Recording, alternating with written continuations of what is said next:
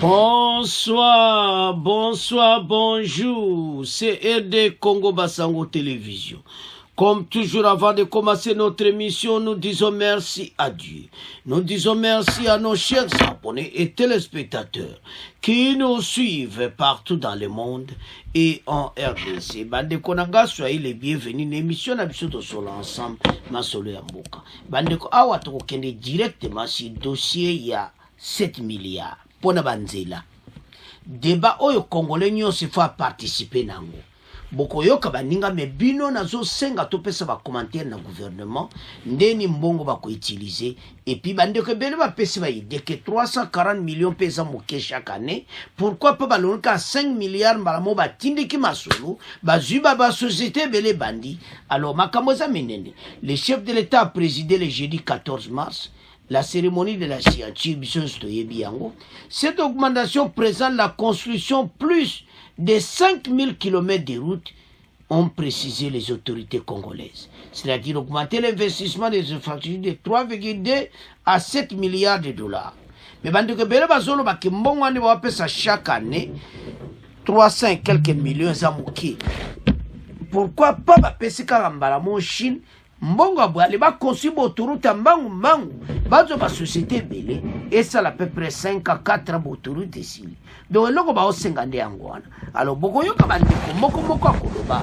Donc ça vraiment important était mais d'abord ba féliciter Lingete Musala Sali et puis ba sepeli ndenge nini mon chef de l'État a pesi musala oyo mbala mona infrastructure ya ngonde ko simba mboka. Mais toyo kana le débat bongo to avancer. C'est désormais officiel. Le contrat renégocié entre la RDC et le groupement d'entreprises chinoises a été signé par toutes les parties jeudi 14 mars à la Cité de l'Union africaine. C'est en présence du chef de l'État. Cette nouvelle version consacre une hausse de l'enveloppe destinée aux infrastructures qui passe de 3 à 7 milliards de dollars américains. Cette nouvelle version marque ainsi le 5e amendement de cette convention de collaboration conclue en avril 2008 entre la RDC et les groupements d'entreprises chinoises, GEC en sigle. Cynthia Bachidi pour le détail. La version New Look de cette convention, communément appelée contrat chinois ou encore contrat SICOMIN, rétablit un équilibre en le rendant réellement gagnant-gagnant à en croire les autorités de la RDC. Pour le ministre d'État en charge des infrastructures, Alexis Guissaro, environ 5000 km de routes seront construits sur une période de 15 ans. Il y aura 324 millions de dollars américains pour les infrastructures routières par an, ce qui permet donc de construire 400 km l'année. Le début des travaux est annoncé dans un délai d'1 mois à Kinshasa, dans le Grand Équateur, au Kasaï oriental, dans le Haut-Lomami et au Lualaba. Parmi les projets retenus à Kinshasa, c'est entre autres une route qui quittera la commune de la Gombe pour longer le fleuve Congo jusqu'à l'aéroport international de Ndjili. Quelques exemples à l'intérieur du pays, il y a notamment la route Mbujimai-Kabinda Kindu-Bukavu-Goma ainsi que la route Akula dans le Grand Équateur. Cet avenant consacre également la participation de la RDC dans le capital de la Soko Hydro, barrage de Busenga, en raison de 60% des parts pour les Chinois et 40% pour la RDC. Merci Cynthia pour ce reportage. Georges Bokoundou, je rappelle que vous êtes député national et ancien vice-président de la commission des révisitations des contrats miniers. Vous êtes mandataire en mine et avocat. C'est désormais officiel. Le contrat renégocié entre la RDC et le groupement d'entreprises chinoises a été signé par toutes les parties jeudi 14 mars à la Cité de l'Union africaine, ici à Kinshasa. On se rappellera qu'en 2023, le président Tshisekedi avait jugé défavorable ce contrat. Il trouvait que c'était défavorable aux intérêts congolais, avait demandé sa révision, c'est chose faite aujourd'hui. Qu'est-ce que vous en pensez d'abord? Qu'est-ce que vous pensez de cette renégociation? Merci beaucoup, madame. Je voudrais d'abord commencer par féliciter le chef de l'État par sa détermination, parce que lorsqu'il a dénoncé publiquement qu'il fallait renégocier ces contrats, à un moment donné, on ne croyait pas que ça allait arriver.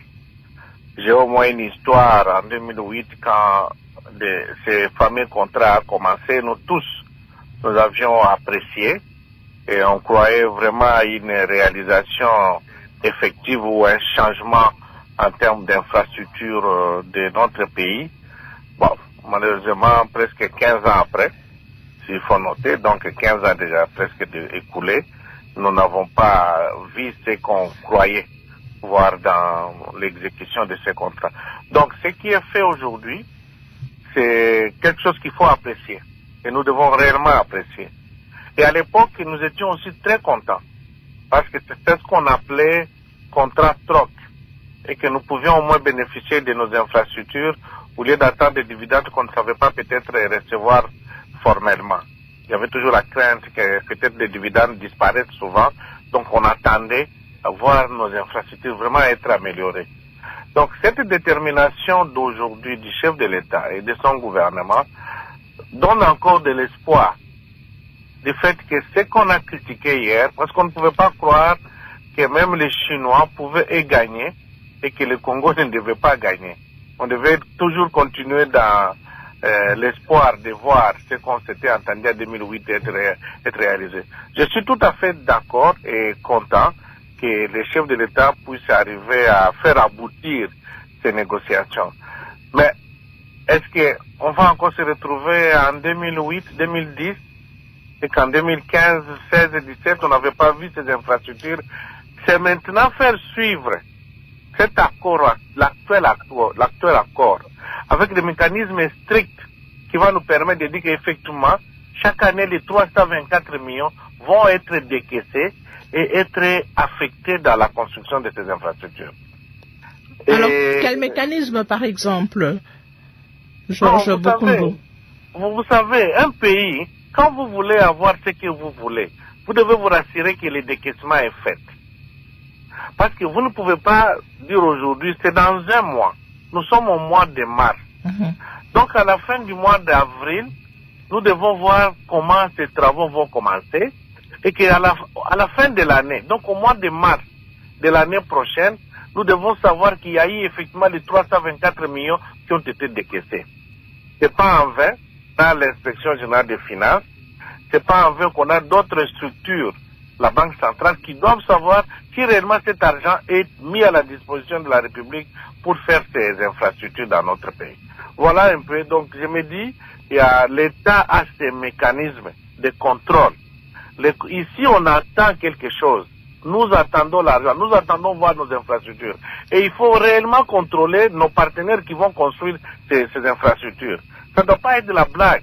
Comme le chef a dit un jour lui-même, lorsqu'on doit faire un travail de route, on ne peut pas construire la route aujourd'hui, en 2023, 2024, et qu'avant même 2025, cette route est détruite. En dehors de voir l'argent, il faut aussi voir l'efficacité des réalisations qui vont être faites. Donc, moi, personnellement, dans cette première partie, je suis tout à fait d'accord. Et il y a eu effectivement des griefs qui ont été dénoncés dans ces contrats-là. Mais le plus grand problème, c'était le manque de volonté de la partie chinoise de réaliser ce que les pays attendaient. Et ils ont tout gagné. Il y a un auditeur, Shugen Kashinji, qui pense qu'il faut mettre en place un service technique pour faire le suivi et le suivi des travaux qui vont se faire sur place. Il y avait tout au début, je crois, 2 structures de suivi. Il faut aussi éviter qu'on ait une histoire parallèle à ce que le Trésor public doit avoir aujourd'hui. Nous avions des services. Le risque, c'est de voir ces services commencer à se servir au lieu de servir d'abord les infrastructures que nous attendons. Donc, c'est très capital.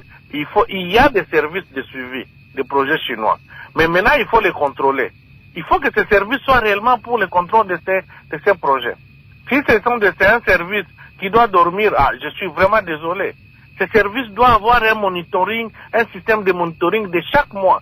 Qu'est-ce qui a été réalisé par mois? Parce que nous le faisons par an. Donc, dans les 12 mois, nous devons consommer 324 millions. Je pense qu'on ne va pas avoir encore ces... On a un petit souci avec votre ligne téléphonique, Georges Bokundu. La réalisation va essayer de vous rappeler pour voir si la qualité de la ligne va s'améliorer. Al-Kitenge, analyste économique et stratège, beaucoup des Congolais ont salué ce contrat renégocier entre la RDC, les entreprises et le groupement des entreprises chinoises.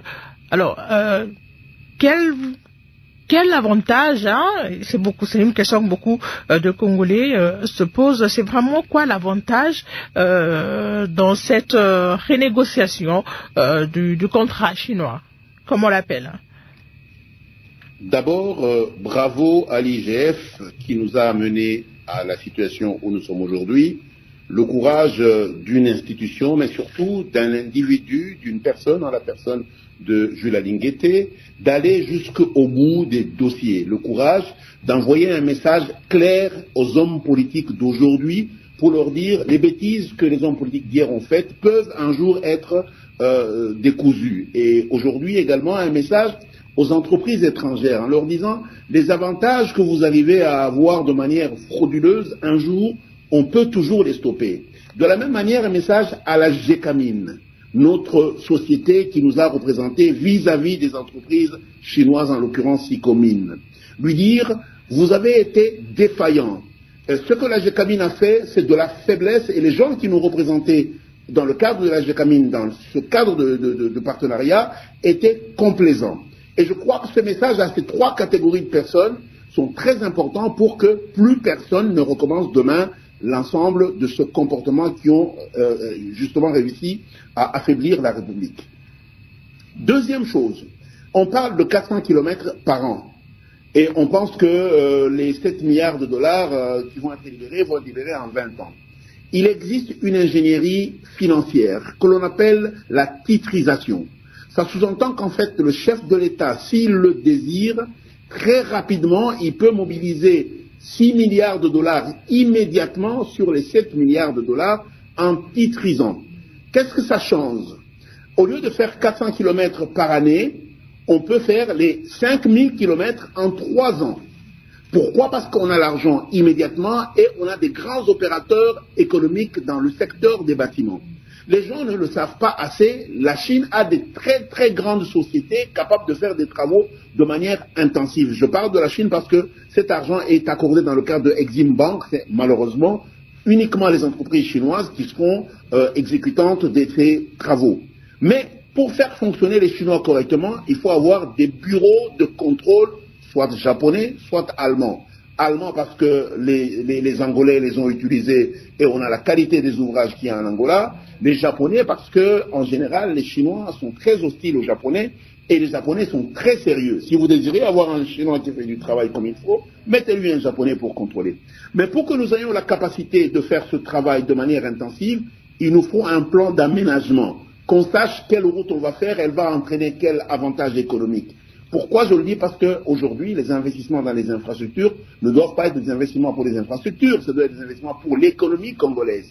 À partir du moment où on décide de mettre cet argent dans les infrastructures de mobilité, on doit être en mesure de mettre en place des infrastructures de production d'énergie, on doit être en mesure de mettre en place des zones économiques spéciales capables de pouvoir alimenter ces routes avec de l'économie. Et je pense que c'est en ayant une réflexion globale et en innovant dans la mobilisation de l'argent, parce que 7 milliards de dollars sur 20 ans, ça ne veut absolument rien dire.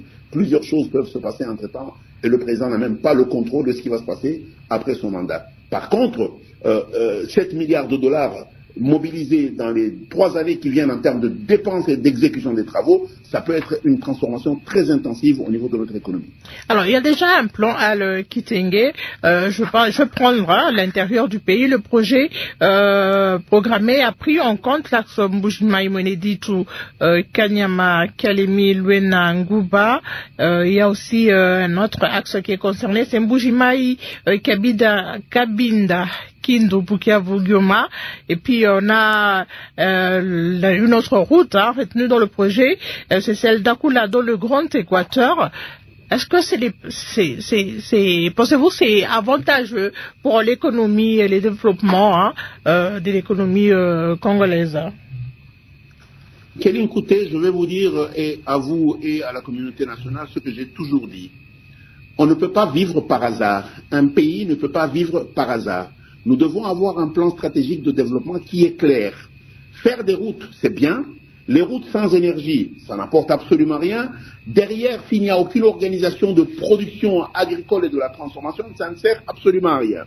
On doit avoir un plan stratégique articulé qui détermine que quand on a une route entre Makadi et Kinshasa, ce n'est pas une route pour l'importation, c'est une route pour l'exportation. La route elle-même n'est pas une condition sine qua non pour le développement. Ce qui donne une condition sine qua non, c'est la complémentarité des autres axes. Un pays ne peut pas se développer s'il n'a que les routes et sans énergie, s'il n'a pas de route, il n'a pas d'énergie et il n'a pas de production. Aujourd'hui, la plus grande bataille que nous avons, c'est la transformation de nos villages en véritables centres de production. Et donc, la réflexion doit être menée de manière consistante et tout à fait pertinente. Et c'est pour ça que j'insiste en disant, 7 milliards de dollars dépensés en 20 ans, ça ne vaut vraiment pas du tout la peine. Par contre, si on dépensait 6 milliards et demi en 3 ans, la transformation sera intensive. Et pour ça, ça ne doit pas être un plan isolé d'infrastructures routières ou de mobilité. Ça doit être un plan intégré. Quand on fait les routes, on doit être en mesure de faire les chemins de fer. On doit être en mesure de faire l'électrification. On doit être en mesure de faire la production. On doit être en mesure de faire l'industrialisation. Il est important, et je le dis encore aujourd'hui, l'État doit se doter d'un plan stratégique de développement. Nous n'en avons pas un et c'est un handicap majeur. Vous savez, lorsque vous avez l'argent et vous ne savez pas exactement ce qu'il faut en faire, vous commencez à improviser. Vous commencez à inventer des routes que vous allez être en mesure de financer, même si elles ne correspondent pas en réalité à une voie logique d'optimisation de vos ressources et pour être en mesure de faire en sorte que chaque dollar que vous dépensez aujourd'hui en produise 10. Lems Kamwania, vous êtes analyste économique. Qu'est-ce que vous pensez de la signature de ce contrat négocié entre la RDC et le groupement des entreprises chinoises? Oui, merci Kelly pour la parole. Je tiens aussi à saluer d'abord mes co-débatteurs, l'honorable Georges Bokoundou, avec qui j'ai travaillé, ainsi que Al Kitenge, avec qui on est toujours en contact.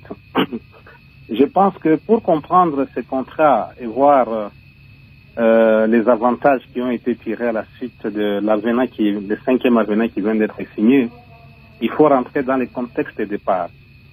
Dans le contexte de départ, il avait été prévu de financer pour 3 milliards des infrastructures qui étaient diversifiées entre les 3500 km de routes à construire, des kilomètres de chemins de fer à construire, 31 hôpitaux de 150 lits, y compris aussi 145 centres de santé, donc à raison d'un centre de santé par territoire. 15 ans après, je pense qu'on n'a pas été en mesure de consommer les 3 milliards. On n'a pu consommer que 822 millions et que près de 2,8 milliards n'étaient pas consommés.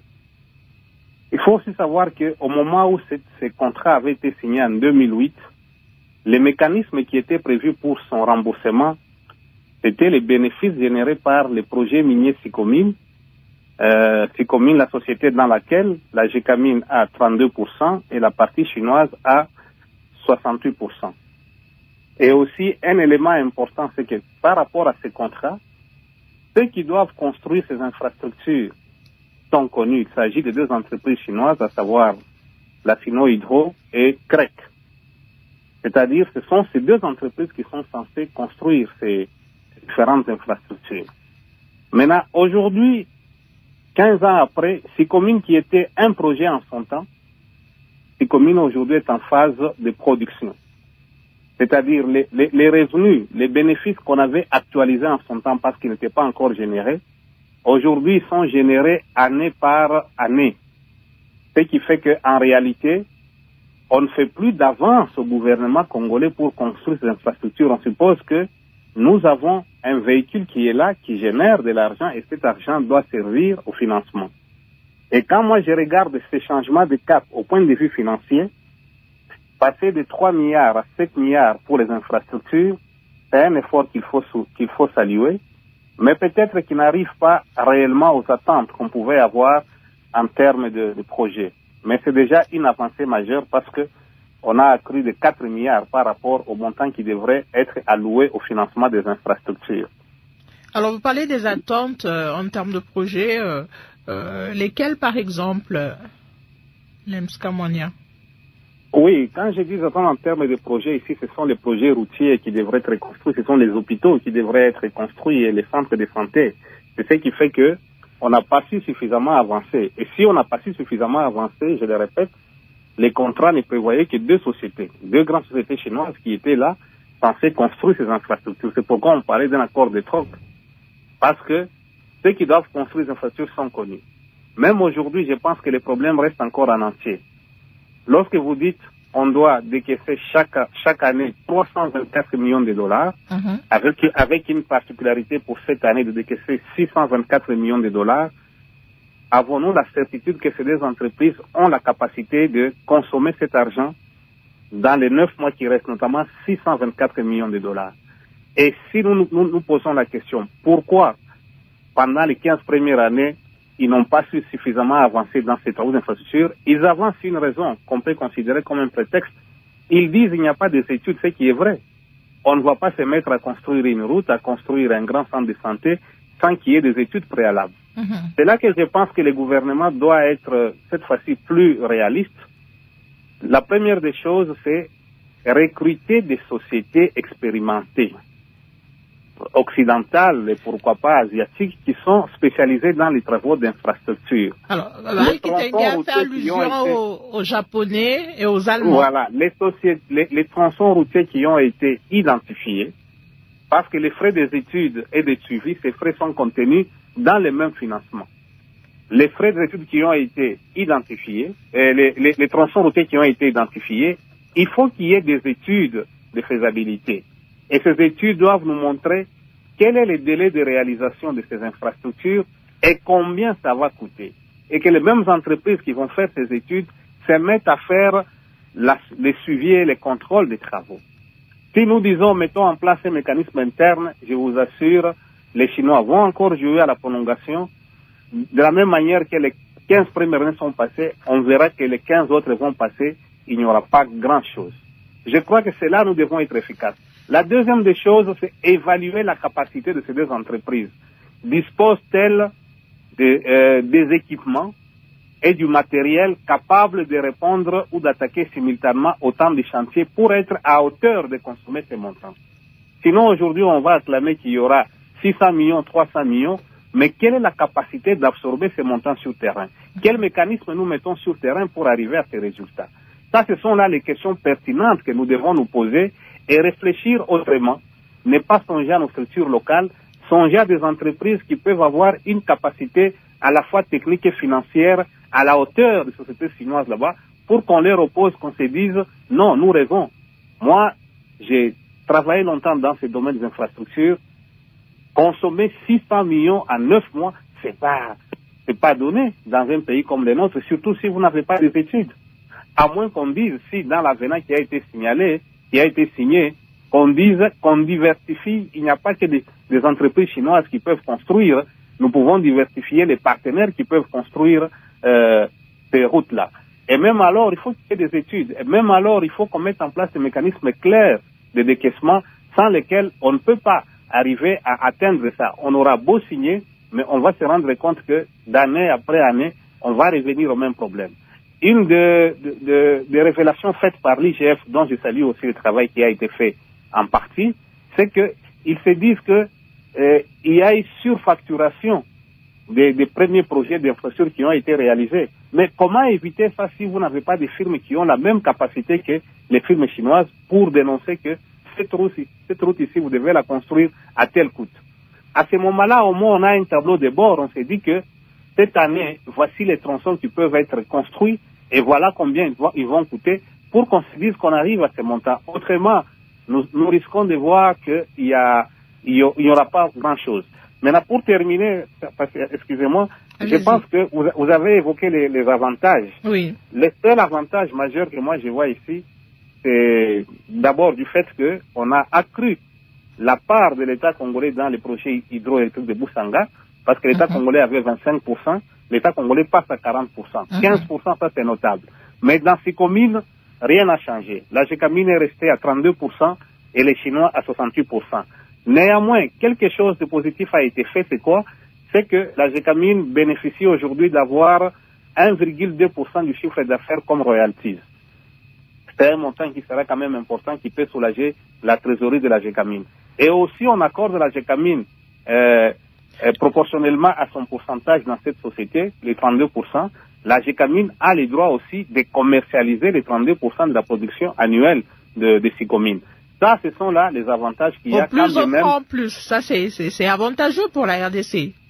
Non, ce n'est pas que ça devient son argent, c'est juste commercialisé, mais l'argent rentre dans les comptes de la société. À ce moment-là, qu'on ne dise pas que les Chinois qui vendent, ils ont sous-estimé la valeur marchande des produits qui proviennent d'une entreprise conjointe. Au moins, chaque partie contrôle, vous vendez 68%, vous ramenez dans la JBC de la société. Moi aussi, je vends 32%, je ramène dans la JBC de la société. Mais ce que la Gécamine gagne, ce sont ses dividendes, 32% sur les bénéfices. Et en plus, la Gécamine va gagner 1,2% en termes de royalties. Ça, on peut considérer comme un avantage, quand bien même on n'a pas équilibré les pourcentages de participation dans la société commune qui a été créée à cet effet. Alors, on va donner aussi la parole aux auditeurs qui sont nombreux à vouloir donner leur point de vue sur le thème que nous abordons ce soir, dans le dialogue entre Congolais. On va se rendre à Bukavu pour écouter Aksanti Shengamungu Olivier. Aksanti Shengamungu Olivier depuis Bukavu dans la province du Sud Kivu.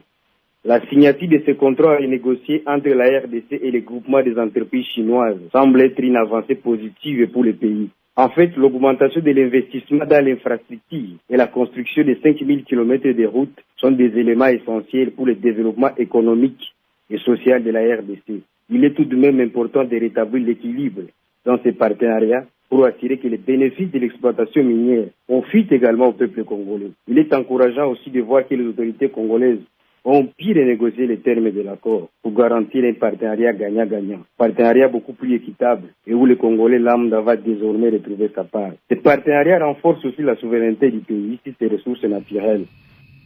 Alors, Georges Bokundu, que pensez-vous du point de vue d'Aksanti qui nous a appelé depuis Bukavu? Ça, c'est un souhait que ses compatriotes ont manifesté. C'est vraiment un souhait et effectivement, il fallait arriver à cet arrangement, mais la même question va se poser. Est-ce que c'est suffisant? Regardez, dans les 15 ans passés, ou 10 ans, ou 8 ans, les Chinois ont pu investir 2,8 milliards, presque près de 80% de ce qui les intéressait, donc la partie minière. Mais la partie infrastructure, c'est 800 millions quelque chose, c'est-à-dire que cela ne les intéressait pas. Et si nous, on ne s'intéresse pas à notre parti, nous risquerons de faire la même chose.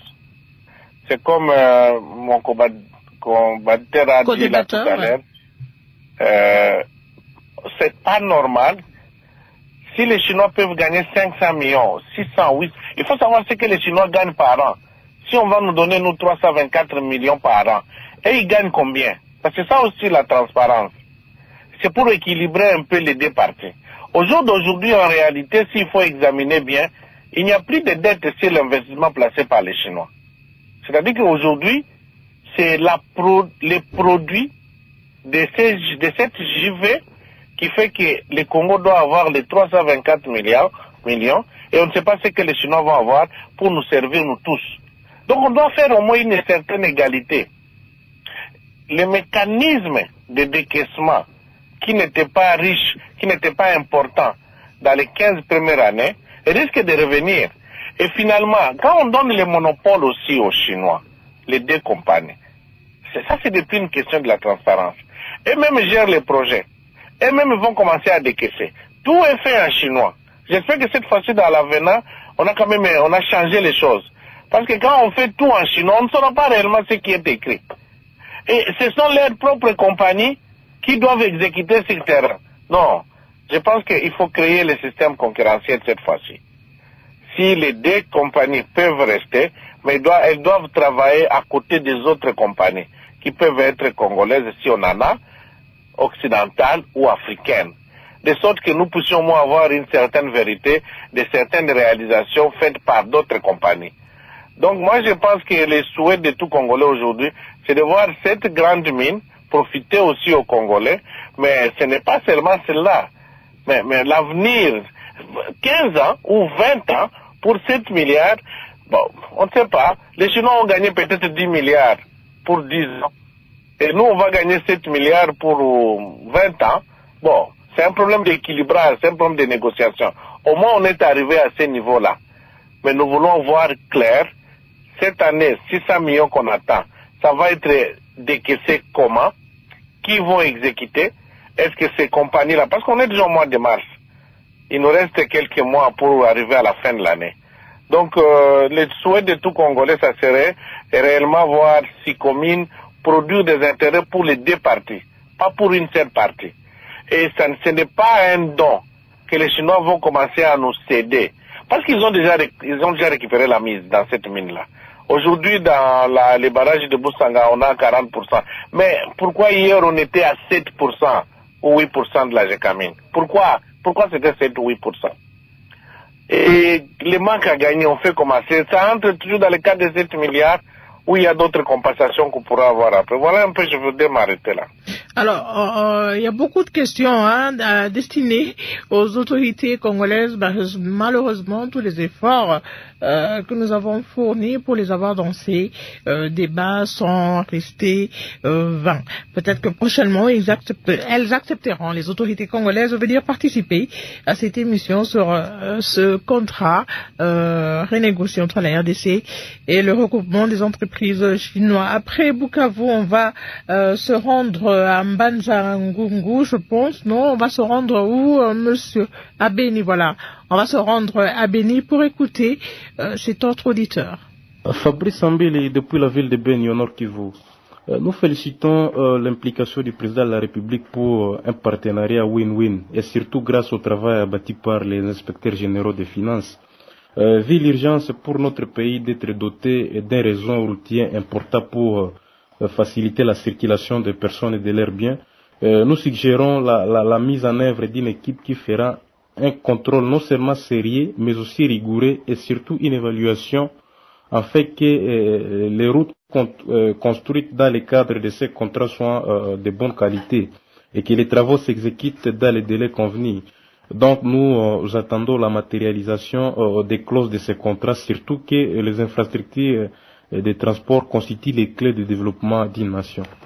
Alors, Al Kitenge, tout à l'heure, vous estimez que les routes, il n'y a pas que les routes qui peuvent développer l'économie d'une nation. Cet auditeur, lui, il estime, c'est son avis à lui, il pense que c'est très important d'avoir des bonnes routes pour développer le pays. Oui, je ne crois pas que les routes seules suffisent. Et un pays sérieux doit savoir qu'il doit avoir des chemins de fer, des autoroutes et des routes nationales, devrait avoir des ports et des aéroports, et tout ça de manière intelligente. On appelle ça un plan d'aménagement, pour que nous soyons en mesure d'avoir une mobilité qui répond à des besoins de l'économie. J'insiste parce que c'est l'histoire de quelqu'un qui gagne $1 million à la loterie. S'il n'a pas un plan, dans quelques mois, il sera aussi pauvre qu'il l'était avant. Et c'est pour ça que j'insiste pour dire, en ce moment particulier, il est important que l'État se pose la question de savoir quel est le chemin critique que je voudrais emprunter pour aller dans mon développement. Et je reviens sur ce que j'ai dit tout à l'heure, 324 millions de dollars par année, c'est très peu d'argent. Il est important que le chef de l'État et les structures de l'État considèrent ce flux financier comme un levier pour être en mesure de lever rapidement 5-6 milliards de dollars à dépenser intensivement. Et là, ça revient à la question que je disais tout à l'heure, on n'est pas obligé d'avoir 2 sociétés, on peut avoir plusieurs sociétés, y compris des sociétés chinoises. Et j'insiste encore une fois, chaque fois que l'on a abusé de nous en termes de surfacturation, certains de nos frères étaient complices. Et la seule façon de régler cette question, c'est d'avoir des bureaux d'études de renommée internationale qui ne prendraient pas de risques sur leur propre réputation. Et je voudrais terminer en disant, ce que nous avons fait avec Sicomine, il est important de le faire avec toutes les autres mines où la Gécamine est en partenariat avec des tiers. C'est la seule façon pour nous de pouvoir éviter que ce que nous avons connu avec Sicomine se retrouve avec les autres sociétés. Et encore une fois, la responsabilité est bien sûr du côté des partenaires avec lesquels nous travaillons, mais la grande partie est du côté congolais. On ne peut pas abuser de nous si nous ne sommes pas corruptibles. Toute la question, et tout le monde le sait très malheureusement, que c'est une question de confusion. Et j'insiste encore une fois, des travaux de construction, les sociétés chinoises en ont une très grande capacité. Vous n'avez qu'à regarder à quelle vitesse ils construisent chez eux et à quelle vitesse ils construisent en Europe. Donc on peut avoir d'autres sociétés que les petites sociétés chinoises qui sont ici, qui étaient venues ici pour une ambition faible. Et donc encore une fois, si le chef de l'État décide de multiplier par 7, par 8 la capacité de production des routes, il s'agira simplement de faire des lots et de les donner à des entreprises de taille. Et ça, c'est un autre narratif, c'est une autre approche, c'est une autre stratégie. On va rentrer à Bukavu pour prendre ce dernier auditeur qui appelle. Je suis Eric Banyanga, je vous appelle à partir de la ville de Bujumbura, au Burundi. Personnellement, je trouve que ce nouveau contrat est aussi moins rassurant et significatif avec 5000 km de route en échange avec ce que gagnerait les GEC au vu de besoins en infrastructures routières au pays. Tout en étant pessimiste sur cette nouvelle configuration du contrat sino-congolais, qui du reste est insignifiant au vu des kilomètres à faire, je reste aussi pessimiste quant à la non-exécution de ces contrats, car parfois plusieurs chantiers ne débutent pas dans de telles conventions et lorsque nombreux débutent, ils sont soit inachevés, soit faits avec beaucoup de légèreté au Congo. C'est ainsi que je recommanderais que les 5000 km de routes soient bien identifiés et que cela concerne uniquement les routes nationales du pays et qu'un mécanisme de suivi soit mis en place. Ce comité de suivi devra être installé dans chaque axe et pourra être constitué par des élus, notamment un député national, un sénateur, le gouverneur de province et un membre de la société civile. Cela dans chaque province. Et tous ces comités provinciaux seront sous la coordination du président de la République et placés sous la supervision de l'inspection générale des finances. Au niveau minier, il faudrait avoir des compagnies minières qui utilisent la bonne main-d'œuvre nationale dans tout le processus d'exploitation et de transformation locale de ces minerais. C'est avec ceci que les Congolais peuvent espérer retrouver une différence avec les anciens contrats, car faire le contraire serait un contrat chinois bis, comme fut celui de 2008, qui n'a jamais prouvé le win-win et qui aurait profité à ceux qui l'auraient négocié qu'à la République tout entière.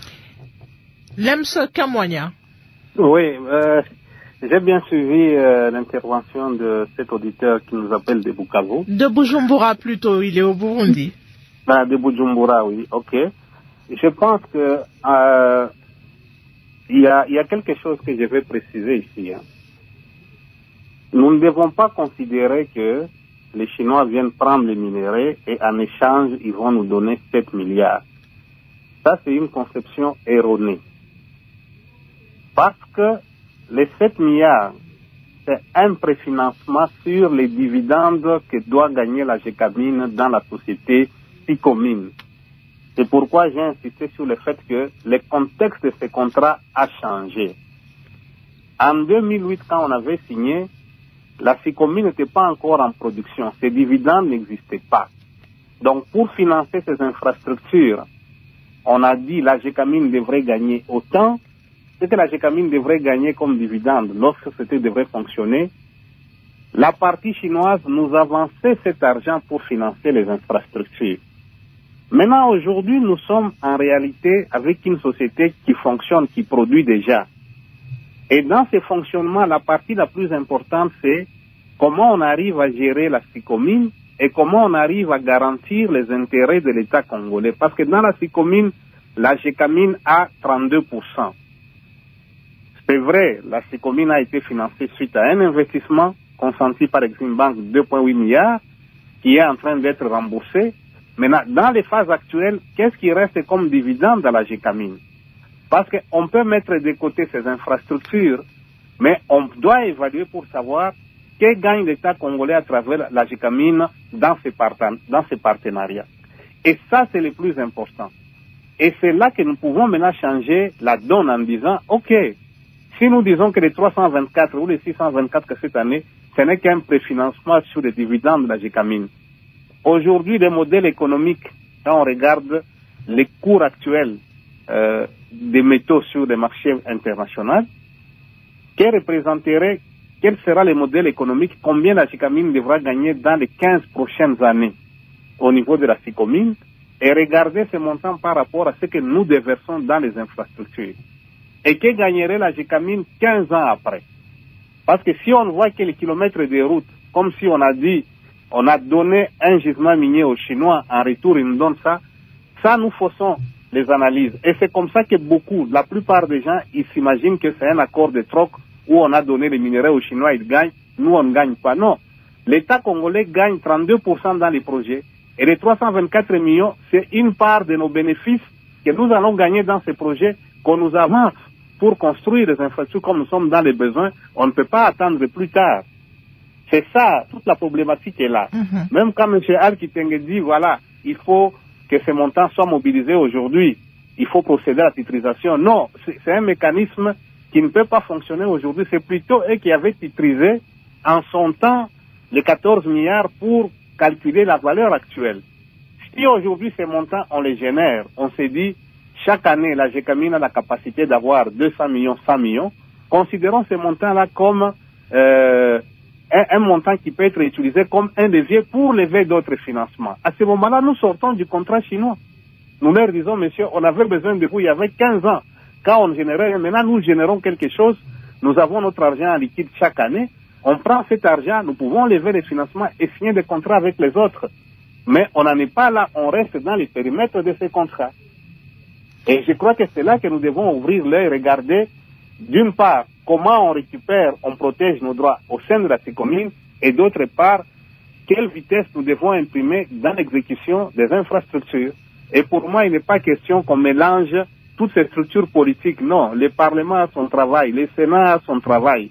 Laissez l'exécutif faire ce travail, mettez en place des mécanismes modernes de gestion et de supervision des contrats, on va aboutir à des résultats. On n'a pas besoin à réfléchir ailleurs. Monsieur Al l'a dit. Pourquoi en Chine, pourquoi en Europe ça avance plus vite? Vous avez des structures souples, vous avez des sociétés qui sont payées, qui font les suivis, et les montants se retrouvent dans ces contrats. Évitons de mélanger les poteaux, ça va être des comités, des réunions et des réunions dans un domaine qui est technique. Ils ne peuvent pas évaluer avec toute la technicité ce qu'il y a dans le cadre, par exemple, des projets routiers, des travaux de génie civil, des ouvrages d'art qu'il faut construire. Merci, Lems Kamwanya. Nous sommes à la fin de notre émission. Georges Bokoundou, vous allez devoir conclure. Il y a Prosper Binumbi qui insiste sur la qualité des infrastructures que les Chinois vont construire en RDC. Il se demande pourquoi chez nous ça se fait toujours de façon à peu près, alors qu'ailleurs ils font du très bon travail. Et puis qu'est-ce qu'il faut réellement pour qu'on sente que la RDC vraiment est aussi gagnante dans ce contrat renégocié. Ça sera votre conclusion. Merci beaucoup, madame. Je pense que ce que la RDC doit faire, il ne faut pas compter sur la bonne foi des Chinois. Il faut être vraiment parti au contrat. Et si les Chinois font de bonnes infrastructures ailleurs, c'est parce que là-bas, il y a un contrôle. Nous avons des services de contrôle, de suivi des infrastructures, surtout routières, mais que ces services-là soient à la hauteur de leur mission dans les pays ici. J'ai conclu en disant, les mines, ça s'épuise. J'espère que dans les 20 ans, nous aurons encore ces jugements-là, de SICOMIN. Espérons aussi que les Chinois pourront gagner et nous pourrons réellement gagner. Si on n'y met pas un contrôle, on risque de revoir presque les mêmes 15 ans de la fois passée. 800 millions, c'était pour les 3 milliards. Nous allons vers, je crois, 7 milliards. Espérons que dans 2, 3, 4 ans, nous pourrons même atteindre 1 milliard. Les rythmes de consommation de chez nous risquent de nous donner un peu la crainte d'espérer un bon résultat par rapport à ce nouveau contrat. Donc il ne faut pas compter sur la bonne foi des Chinois. Il faut compter sur notre propre dynamique, notre propre efficacité pour imposer l'exécution claire de cet avenant, de ce contrat. on ne va pas laisser aux Chinois d'exécuter. C'est-à-dire que c'est les Chinois qui vendent, qui commercialisent, qui vous décaissent l'argent. Nous devons, dans ces partenariats, être capables de commercialiser ensemble, de décaisser ensemble, de financer les infrastructures ensemble. C'est à ce moment-là qu'on pourrait compter sur quelque chose. Je suis tout à fait d'accord avec l'EMS. Il dit que laissez le Parlement faire son travail. Le gouvernement doit faire ça. Regardez un peu le nombre de ministres qui ont signé cet avenant. J'espère qu'ils ont pris conscience de la signature. Du côté de la RDC, ce sont des ministres qui signent. De l'autre côté, ce sont des Chinois qui ne sont pas membres du gouvernement. Je ne sais pas. Je n'ai pas encore lu l'avenant en question. Donc, nous avons engagé les pays. Et lorsqu'on engage les pays, tout en sachant qu'il n'y a plus de convention dans notre contrat minier, dans notre code minier. C'est un engagement vraiment politique, mais qu'il faut vraiment contrôler. Parce qu'on a engagé autant de membres du gouvernement, il ne faudrait pas qu'encore demain, ça soit quelque chose où on commence à se lamenter nous-mêmes. Donc voilà un peu, je voudrais m'arrêter là et je félicite le chef de l'État qui a coordonné ces négociations. Merci. Al-Kitenge, votre conclusion? Ma conclusion est encore la même. Le chef de l'État a de grandes ambitions. Il a là les moyens capables d'être mobilisés plus vite que 7 milliards en 20 ans, en titrisant, en utilisant le flux financier futur pour être en mesure de lever de l'argent aujourd'hui. Ça vous donne un avantage majeur, c'est qu'on se détache du contrôle chinois. À partir du moment où on a du cash, on a la capacité de contrôler des passations de marché, des projets que l'on désire financer, mais également la qualité des ouvrages. 5000 km en 20 ans, ce n'est absolument rien. Mais les mêmes 5000 km construits en 3-4 ans de manière intensive, ça va transformer de manière très sérieuse notre économie. Et donc j'en appelle à l'ingénierie et à l'intelligence du gouvernement à pouvoir envisager d'utiliser le flux financier futur pour lever de l'argent dans les plus brefs délais et intensément financer les activités économiques. Vous savez, la partie de l'Est de notre pays qui est en guerre aujourd'hui, elle est en guerre de pauvreté. Et si nous y déployons des activités intensives de construction de travaux de BTP, ça pourra engendrer ce que moi j'appelle la guerre économique pour se substituer à l'économie de la guerre qui aujourd'hui nous dérange.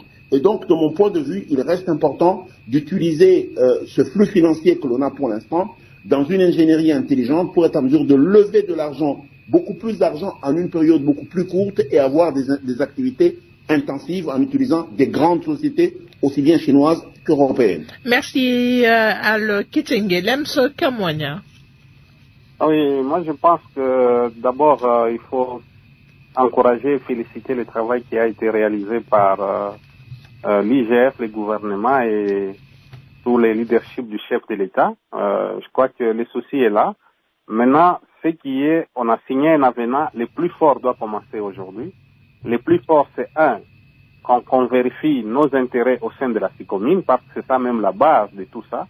Sans la SICOMINE et sans ces contrats miniers, on ne peut pas parler de ces infrastructures. Des deux, qu'on change la mécanique et les modalités d'exécution et de suivi des travaux qui sont exécutés si réellement nous voulons voir un changement dans ce qui est en train de se faire. Je crois que beaucoup d'éléments nous les avons évoqués tout au long de cette émission.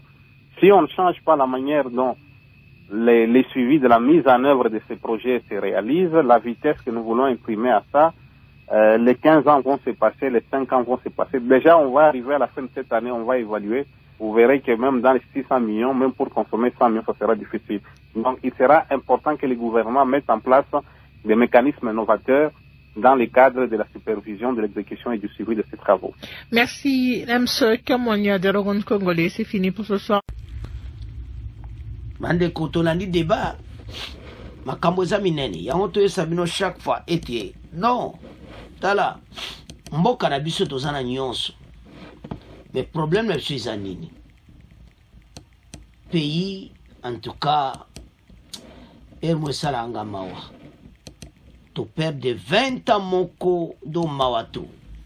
To perdre makambo ebele ya kosakana ngote yoka to saliba perte. Mais l'autre c'est sabino bandeko. Makambo eza ya kosakana te.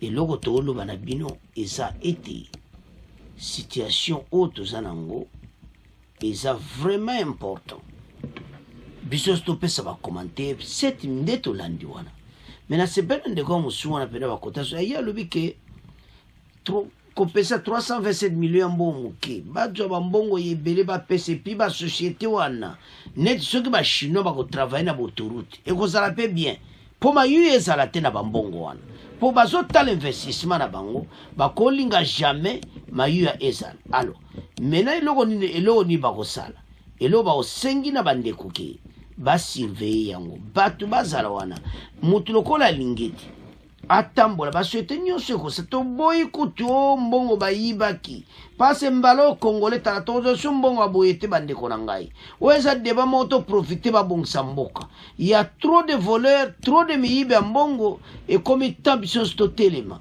oyoki bandeko na ngai tolamuka parce que situation oyo balobaka l'heure est grave moto oyo kaka soki match esi ebandi boye congolais nyonso tolamuka parce que bitumba oyo tokoganye yango soki tolamuki guerre oyo ekomi eloko pamba biso tokotelema masolo ekozala kitoko mpe mboka oyo eke liboso bacongolais bolamuka bolandi bino nyonso débat me bopesa bacommentaire sur 7 milliards boexplike pasi bamiyibi mpe baza balali te donc ese bachinois basala yango basociété congolaise basala yango eza débat moko ye ede gouvernement bopesa vraiment bacommentaire kitoko ekozala vraiment bien bandeko na ngai alors voilà oyo bolandi oyo sepeli nango te en tout cas yo mpe pesa commentaire tokoma tikango na bino bokontinue kosabone massivement au revoir à la prochaine.